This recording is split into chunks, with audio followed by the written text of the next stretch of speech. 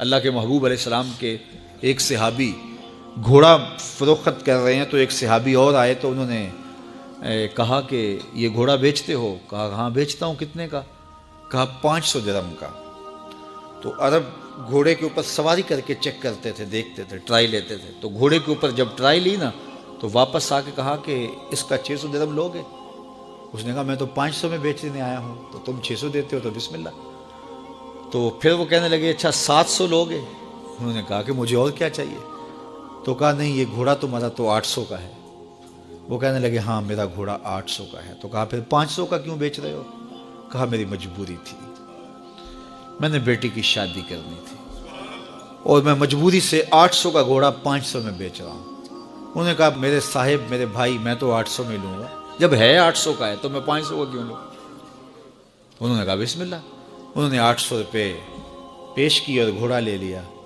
تو کہا کہ میری تو مجبوری تھی کہ میں نے بیٹی کی شادی کرنی تھی اور میں اس لیے گھوڑا 300 سستا بیچ رہا تھا، اور تم نے 800 کا لیا جب تمہیں 500 کا مل رہا تھا۔ کہا میری بھی مجبوری تھی۔ کہا تمہاری کیا مجبوری تھی؟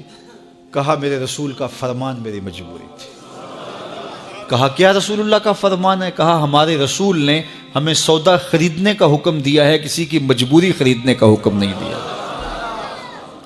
آج تو کہتے ہیں جناب یہ 5 کروڑ کی پراپرٹی ہے، وہ تو مجبور ہے بیچارہ اس لیے 3 کروڑ کی بیچ رہا ہے۔ ہم کہتے ہیں بس ہاتھوں ہاتھ اٹھا لیں۔ یار اگر کوئی بندہ اپنا گھر بیچ رہا ہے اس لیے کہ وہ مجبور ہے اور وہ 1 کروڑ روپے کا ہے، تو ہم اس کو 50 کا کیوں خرید رہے ہیں؟ جب ہے 1 کروڑ کا، 1 کروڑ کا خریدے۔ اور جو ساری زندگی لوگوں کی مجبوریاں خریدتے ہیں، فلاں پراپرٹی فلاں کی مجبوری سے خریدی، فلاں پراپرٹی فلاں کی مجبوری سے خریدی، کچھ لوگ اس طاق میں رہتے ہیں کوئی مجبور ہو تو اس سے خریدیں۔ اللہ اکبر، پھر ایک وقت آتا ہے کہ یہ مجبور ہوتا ہے اور اس کی پراپرٹی کوڑیوں کے بل بک رہی ہوتی ہے۔ ہم نے اپنی آنکھوں سے ایسے مناظر دیکھے ہیں۔ تو کسی کی مجبوری نہ خریدیں، سودا خریدیں۔ طاق میں نہ رہیں کہ کوئی مجبور ہو تو سستا بیچے۔